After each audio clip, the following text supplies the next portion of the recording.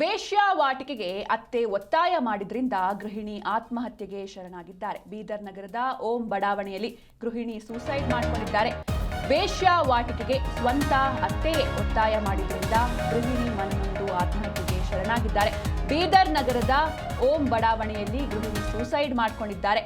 ಗಂಡನ ಮನೆಯವರಿಂದ ನಿತ್ಯ ಕಿರುಕುಳ ಕೊಟ್ಟ ಆರೋಪಗಳು ಕೂಡ ಕೇಳಿ ಬರ್ತಾ ಇದೆ. ವೇಶ್ಯಾವಾಟಿಕೆ ಮಾಡಲು ಒತ್ತಾಯಿಸಿ ಮಾನಸಿಕವಾಗಿ ಈಕೆಗೆ ಹಿಂಸೆಯನ್ನ ನೀಡ್ತಾ ಇದ್ರಂತೆ. ಗಂಡನ ಮನೆಯ ನಿತ್ಯ ಕಿರುಕುಳಕ್ಕೆ ಬೇಸತ್ತು ಆತ್ಮಹತ್ಯೆಗೆ ಶರಣಾಗಿದ್ದಾರೆ ಎನ್ನುವಂತಹ ಮಾಹಿತಿಗಳು ಸಿಗ್ತಾ ಇದೆ.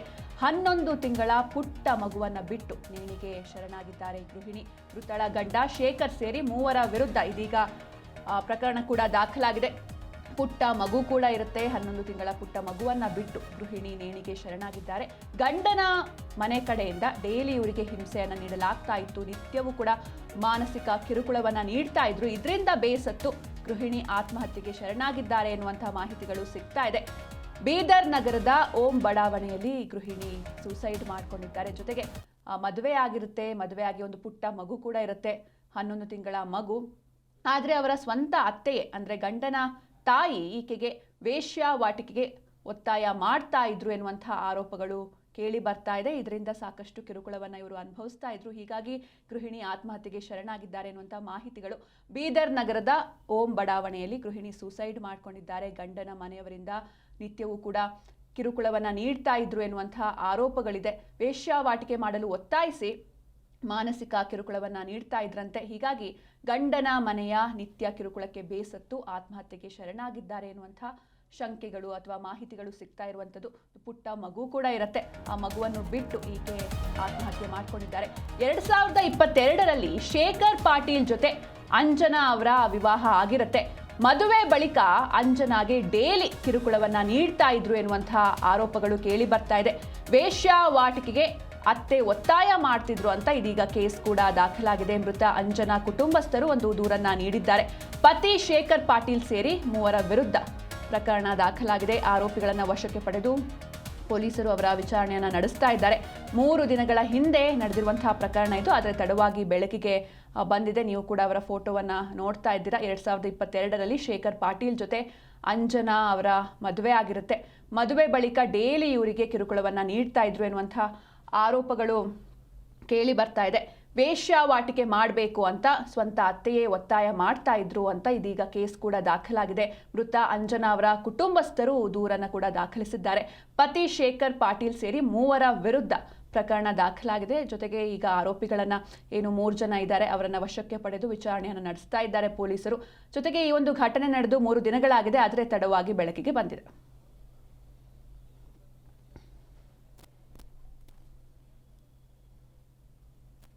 ಎಸ್, ಈ ಬಗ್ಗೆ ಹೆಚ್ಚಿನ ಮಾಹಿತಿಯನ್ನು ನೀಡ್ತಾರೆ ನಮ್ಮ ಪ್ರತಿನಿಧಿ ಅನಿಲ್. ಲೈವ್ ನಲ್ಲಿ ಜಾಯ್ನ್ ಆಗಿದ್ದಾರೆ. ಅನಿಲ್, ಇನ್ನು ಈಕೆಯ ಅಂದ್ರೆ ಗೃಹಿಣಿಯ ಕುಟುಂಬಸ್ಥರ ಆರೋಪ ಏನು ಅಂತ?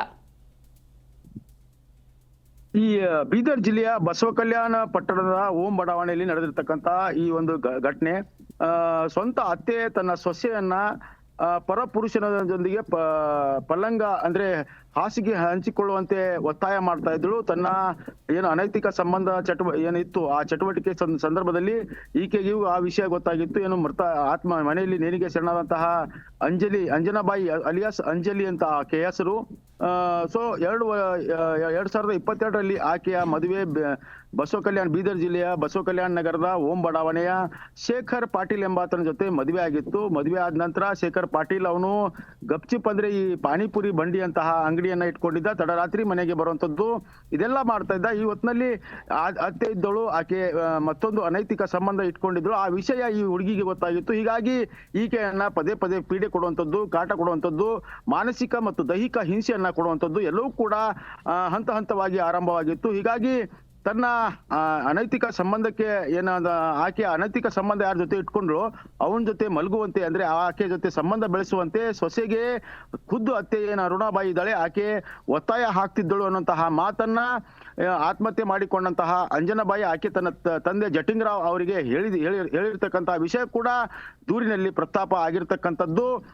ಏನು ತನ್ನ ಸೊಸೆಯನ್ನೇ ಮತ್ತೊಬ್ಬರ ಹಾಸಿಗೆಗೆ ಹಂಚಿಕೊಳ್ಳುವಂತೆ, ವೈಶ್ಯವಾಟಿಕೆಗೆ ದೂಡುವಂತೆ ಒಂದು ಕುಕೃತ್ಯ ಏನಿದೆ, ಈ ಕುಕೃತ್ಯಕ್ಕೆ ಒಪ್ಪದ ಈ ಯುವತಿ ಕೊನೆಗೆ ಹಂತವಾಗಿ ಆಕೆ ನೊಂದು ಕೊನೆಗೆ ಮನೆಯಲ್ಲಿ ಮಧ್ಯಾಹ್ನ ಅಂದ್ರೆ ಫೆಬ್ರವರಿ 6ನೇ ತಾರೀಕು ಮಧ್ಯಾಹ್ನ 1 ಗಂಟೆಯಿಂದ 2 ಗಂಟೆ ಸುಮಾರಿಗೆ ಮನೆಯಲ್ಲಿ ನೇಣಿಗೆ ಶರಣಾಗಿರ್ತಕ್ಕಂತಹ ವಿಷಯ ಕೂಡ ಗೊತ್ತಾಗಿರ್ತಕ್ಕಂಥದ್ದು.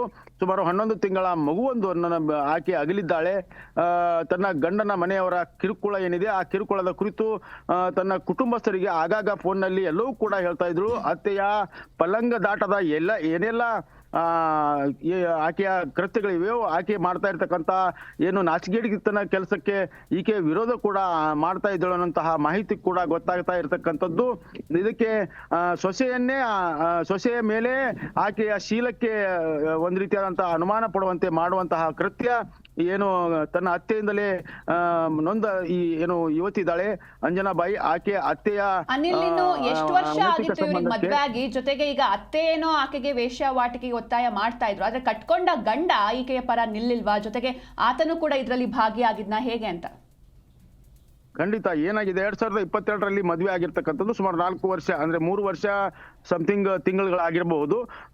ಸೊ ಆ ಗಂಡ ತಡರಾತ್ರಿ ಮನೆಗೆ ಬರ್ತಾ ಇರ್ತಕ್ಕಂಥದ್ದು. ಗಂಡ ಮನೆಗೆ ಬಂದಾಗ ನಿನ್ನ ಹೆಂಡತಿ ಹಿಂಗ್ ಮಾಡ್ತಾಳೆ, ಅವನ ಜೊತೆ ಮಾತಾಡ್ತಾಳೆ, ಹೀಗೆ ಅತ್ತೆ ಇದ್ದವಳು ತನ್ನ ಮಗನಿಗೆ ಪದೇ ಈ ರೀತಿಯಾಗಿ ಆಕೆಯನ್ನ ಏನ್ ಸೊಸೆ ಇದ್ದಾಳೆ ಮೃತ ಅಂಜನಾಬಾಯಿ, ಆಕೆಯ ಮೇಲೇನೆ ದೂರುವಂಥದ್ದು. ಆಕೆಯ ಕ್ಯಾರೆಕ್ಟರ್ ಸರಿ ಇಲ್ಲ ಅನ್ನುವಂತಹ ಮಾತನ್ನ ಪದೇ ಹೇಳುವ ಮೂಲಕ ಆಕೆಯ ತೇಜೋವಧೆ ಮಾಡುವಂಥದ್ದು. ಹೀಗಾಗಿ ಮನೆಯಲ್ಲಿ ಕೌಟುಂಬಿಕ ಕಲಹಗಳು ದಿನದಿಂದ ದಿನಕ್ಕೆ ಜಾಸ್ತಿ ಆಗ್ತಾ ಹೊರತು ಸೊ ಅತ್ತೆಯ ಅನೈತಿಕ ಸಂಬಂಧಕ್ಕೆ ಎಲ್ಲೋ ಅಡ್ಡಿ ಆಗಿದ್ದಾಳೆ ಅನ್ನುವಂತಹ ಮಾತು ಕೂಡ ಅಲ್ಲಿನ ಸ್ಥಳೀಯರಿಂದ ಕೇಳಿ ಬರ್ತಾ ಇರತಕ್ಕಂಥದ್ದು. ಹೀಗಾಗಿ ಅತ್ತೆಯು ಕೊನೆಯದಾಗಿ ತನ್ನ ಪ್ರಿಯಕರಿದ ಅವನ ಜೊತೆ ನೀನು ಸಂಬಂಧ ಬೆಳೆಸುವಂತೆ ಒತ್ತಾಯ ಮಾಡಿದಾಗ ನೊಂದಂತಹ ಯುವತಿ ಆತ್ಮಹತ್ಯೆ ಮಾಡಿಕೊಂಡಂತಹ ಘಟನೆ ನಿಜಕ್ಕೂ ಇದು ಪ್ರಜ್ಞಾವಂತ ಸಮಾಜ ತಲೆ ತಗ್ಗಿಸುವಂತಹ ಕೃತ್ಯ ಕೂಡ ಆಗಿರ್ತಕ್ಕಂಥದ್ದು. ವಚನ ಸಾಹಿತ್ಯದ ಬೀಡು ಅಣ್ಣ ಬಸವಣ್ಣನ ನಾಡಿನಲ್ಲಿ, ಅದು ಕರ್ಮ ಭೂಮಿಯಲ್ಲಿ ಇಂಥ ಒಂದು ಮನ ಕಲಕುವಂತಹ ಮತ್ತು ಮನುಕುಲ ಸಮಾಜವೇ ತಲೆ ತಗ್ಗಿಸುವಂತಹ ಘಟನೆ ನಡೆದಿರ್ತಕ್ಕಂಥದ್ದು ವ್ಯಾಪಕವಾದಂತಹ ಟೀಕೆಗೆ ಗುರಿ ಆಗ್ತಾ ಇರ್ತಕ್ಕಂಥದ್ದು. ಈಗಾಗಲೇ ಪೊಲೀಸರು ಗಂಡ ಶೇಖರ್ ಇದ್ದಾನೆ, ಅತ್ತೆ ಮತ್ತು ಮಾವ ಚಂದ್ರಕಾಂತ್, ಅತ್ತೆ ಅರುಣಾಬಾಯಿ ಮೂವರನ್ನ ವಶಕ್ಕೆ ಪಡೆದುಕೊಂಡು ವಿಚಾರಣೆಯನ್ನ ಮುಂದುವರಿಸಿದ್ದಾರೆ. ಬಸವ ಕಲ್ಯಾಣ ನಗರ ಪೊಲೀಸ್ ಠಾಣೆಯಲ್ಲಿ ಈ ಸಂಬಂಧ ಪ್ರಕರಣ ದಾಖಲಾಗಿದೆ. ಸೊ ಹಂತವಾಗಿ ಏನೆಲ್ಲ ಅಲ್ಲಿ ಆಗಿರ್ಬೋದು ಅನ್ನೋಂಥದ್ದು ಕೂಡ ಗೊತ್ತಾಗಬೇಕಾಗಿದೆ. ಓಕೆ, ಥ್ಯಾಂಕ್ ಯು ಅನಿಲ್, ನಿಮ್ಮೆಲ್ಲ ಡೀಟೇಲ್ಸ್ಗಾಗಿ.